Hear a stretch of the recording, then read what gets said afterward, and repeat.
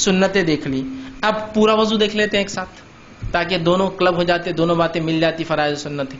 اب دونوں کو میں فرض کیا ہے سنت کیا الگ نہیں کروں گا, اب دونوں کو ایک ساتھ رکھوں گا, جو کہ علی بن ابی طالب رضی اللہ عنہ کی ایک مکمل روایت ہے جس میں آپ نے پورا وضو کا طریقہ نبی اکرم صلی اللہ علیہ وسلم نے جیسا کیا تھا وہ بتایا, ٹھیک ہے.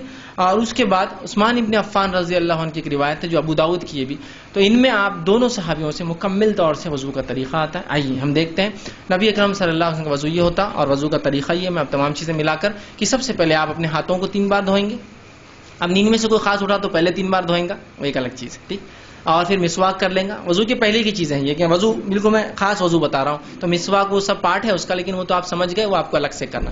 اب وضو کی بات کر رہے ہیں ہم صرف.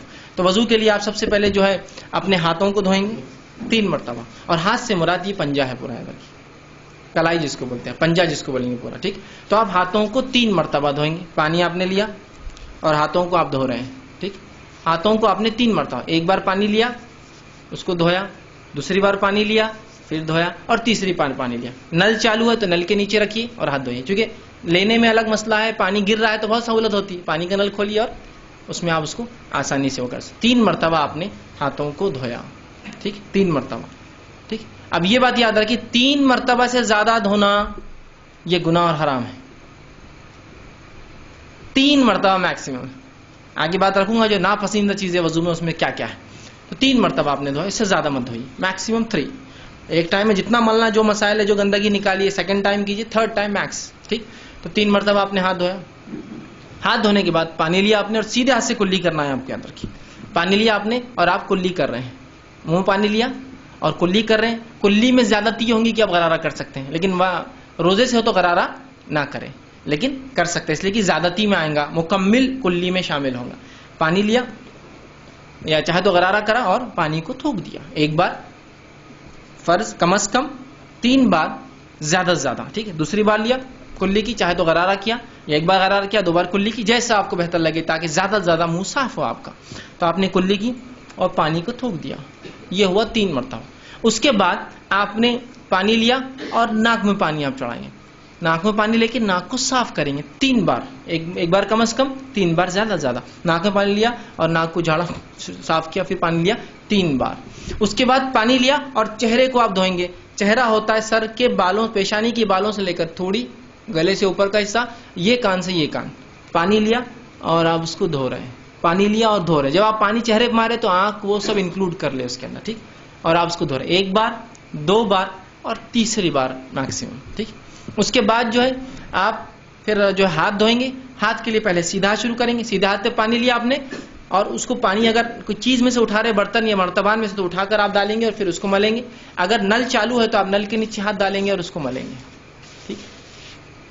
تو یہ پورا آپ نے یوں لیا اور یہ مل لیا 1 بار, یا آپ نل چالو تو نل میں بھی آپ سیدھا ڈالنے کے بدلے ایسا لے کر اس کو آرام سے مل سکتے ہیں نل بند کر کے. 1 بار 2 بار میکسیمم 3 ٹائمز, ٹھیک. اس کے بعد پھر الٹے ہاتھ آپ شروع کریں گے, الٹے ہاتھ کا, اور اسی دوران اس کا خلال بھی کر لے سکتے آپ چاہے تو, ٹھیک. اس کو دھوئیں گے, ٹھیک. یہ ہوا دوسرا ہاتھ.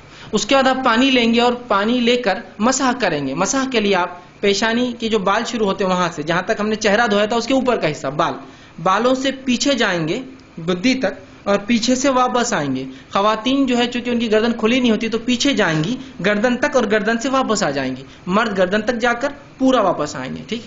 واپس آئے اور اسی اسٹروک میں ایک ہی اس کے اندر جا کے آپ آئیں گے. اس میں پھر آپ کان کا خلال, دونوں کان میں انگلیاں ڈالی, اندر کے لیے یہ انگلی استعمال کریں گے شہادت کی, اور باہر کے لیے دونوں انگوٹھے, ایک ہی اس میں دونوں کام کر رہے ہیں, ٹھیک ہے. تو سر کا مسح کے ساتھ ہی یہ ہوگا.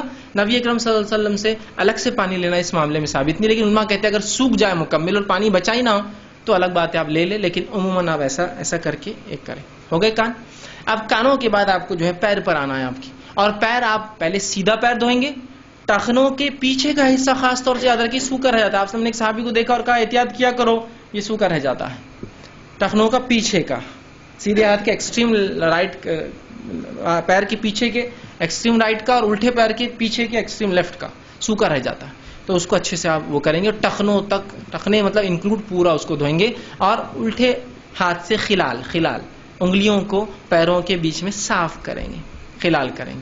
تو یہ ہوا وضو, یاد رکھیے. 1 بار کم از کم دھوئیں گے, 3 بار زیادہ دھوئیں گے, پانی کا کم سے کم استعمال کریں گے. ٹھیک ہے، اس لیے کہ پانی کو زیادہ بہانا، اس کی زیادتی، اس کو اسراف کرنا شریعت نے جو ہے اس بات کو بالکل جو ہے پسند نہیں کیا ہے، یاد رکھیے. اسی طرح ایک غلط فہمی جو ہوتی ہے وہ یہ ہے کہ ہم لوگ جب مسح کرتے ہیں سر کا تو مختلف علاقوں میں مختلف مسح کے طریقے ہوتے ہیں. کچھ جگہ مسح کا طریقہ اس طرح سے ہوتا ہے کہ ایک آدمی مسح کرتا ہے، مطلب یہاں سے شروع ہوتا ہے ہر چیز کو وہ بوسہ لیتے ہوئے چلتا ہے اوپر کی طرف اور پھر پیچھے جاتا ہے. کچھ لوگ ہوتے پیچھے جاتے چوم کر. چومنا یہاں ثابت نہیں ہے سنت سے.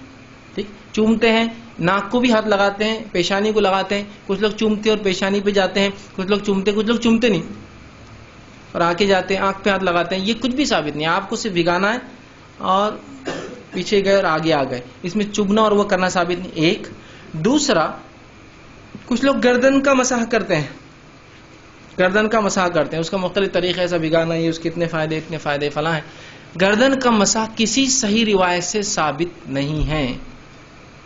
اس کے اپنے فائدے ہوں گے، فائدوں سے ہم کو انکار نہیں، اس لیے کہ جسم کو دھونے کے فائدے ہوتے ہی ہیں تو آپ الگ سے دھوئیے اس کو، آپ کو دھونا ہے تو.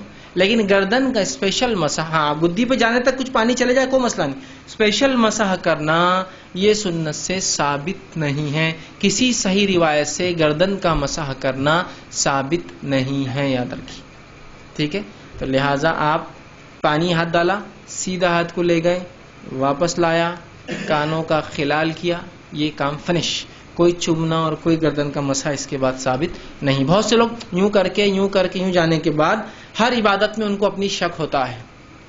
اور شک کیوں نہ ہو، مولوی صاحب بتاتے ہیں احتیاطاً، جیسا جمعہ کی نماز 2 رکعت فرض ہے، احتیاطاً ظہر پڑھ لینا، تو وہ احتیاط کرتے. احتیاط کیا کرتے ہیں؟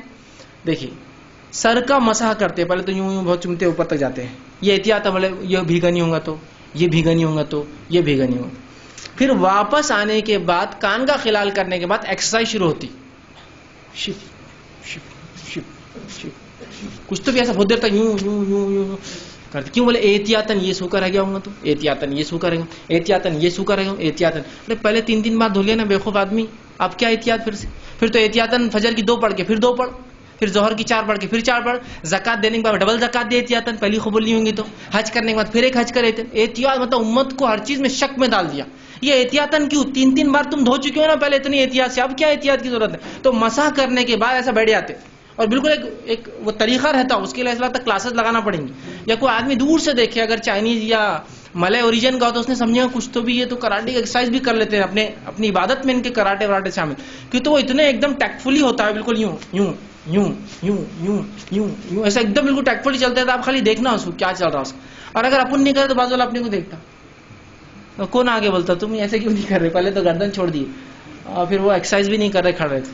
ٹھیک، تو پہلے جب تم نے دھو لیا تو پھر تم کو کیا احتیاط کی ضرورت؟ مجھے سمجھ میں نہیں آتا. احتیاط احتیاط احتیاط احتیاط، غیر ضروری احتیاطیں ہیں، جہاں ہونا وہاں نہیں ہے، جہاں نہیں ہونا وہاں ہے، کچھ بھی نہیں. ہو گیا ہو، اب ڈبل ریپیٹ نہیں کرنا ہے کوئی چیز کو آپ کو احتیاط. ہاں یہ الگ بات ہے کہ آپ نے وضو کیا اور کسی نے کہا کوئی چیز آدھا سوکھا رہ گیا تو ایک الگ بات ہے. اور یاد رکھیے، وضو کر لیا، کر اٹھے اور آپ نے اپنے آپ کو پوچھنا شروع کر دیا. یاد رکھیے، وضو کے بعد اپنے جسم کو پوچھنا بھی سنت ہے. یاد رکھیے، نبی اکرم صلی اللہ علیہ وسلم کے تعلق سے ماں عائشہ فرماتی ہے، آپ صلی اللہ علیہ وسلم کا خاص تولیہ تھا جو آپ نے اٹھا کر رکھا تھا. آپ وضو کرتے تو اس سے پوچھتے، نہاتے تو اس سے پوچھتے، تو یہ بھی سنت ہے. اب آپ اٹھے، وضو کرنے کے بعد آپ نے تولیے سے پوچھ لیا. اب پوچھنے کے بعد کسی نے کہا پنڈلی سوکھی رہ گئی تھی، اوہو، تو اب کیا کریں گے آپ؟ اب آپ کو پورا وضو کرنا پڑے گا، اس لیے کہ آپ نے کچھ اعضاء کو سکھا لیا تھا. اگر پورے اعضاء گیلے ہوتے اور آپ کھڑے ہوتے اور کسی کو کہتا پنڈلی رہ گئی، آپ کی کونی رہ گئی، چہرہ رہ گیا، فلاں رہ گیا، تو آپ فوراً بیٹھ کے اتنے حصے کو دھو لیتے تو وضو ہو جاتا. لیکن اگر وہ سوکھا رہ گیا، آپ اٹھ گئے اور ایک بھی اعضاء سوکھ گیا تو اس کے بعد آپ کو پھر سے وضو کرنا ہوگا. آپ سمجھے ایک صحیح روایت ثابت ابو داؤد کی روایت ہے، ایک صحابی اٹھے جن کے پنڈلی کے بارے میں آتا، دیکھیے وہ پنڈلی نہیں ہے، جو ٹخنے کے پیچھے کا حصہ ہوتا ہے، وہاں ناخن کے برابر ایک حصہ سوکھا تھا. جب آپ کو ان کو بتایا گیا تو آپ صلی اللہ علیہ وسلم فرمایا وضو پھر سے کر، کیونکہ ان کے اعضاء سوکھ چکے تھے اتنے. چونکہ کیا ہوتا ہے جب آپ دیکھیے دھوئیں گے، ایک آدمی کام دھندے بزنس سے آیا، کام کاج سے آیا اور دھویا، اور جو حصہ نہیں دھلانا وہ بالکل وائٹ الگ چمکتا ہے، اور جو دھل گیا اس کا کلر چینج ہو جاتا ہے، تو کوئی پہچان سکتا ہے اس نے کونی برابر نہیں دھویا. بچوں کو دیکھیے آپ چہرہ دھوتے ادھر کا پورا باقی رہتا، آپ بولتے بیٹا یہ نہیں دھلا، کیسے پہچانا؟ ادھر پانی سے صفائی، ادھر سے وائٹنس دکھتی الگ. تو ویسا پہچانا تو کہا پھر سے کر. لیکن گیلے میں ہے تو خالی آپ جا کے گیلا کر لیجیے. گیلے میں مطلب اٹھے آپ اور کسی نے کہا بھائی صاحب تو آپ دھو لیجیے. سوکھ گیا تو پھر سے آپ کو وضو دوبارہ دہرانا ہو. اب وضو میں ناپسندیدہ امور کیا کام ہم وضو میں نہیں کریں گے؟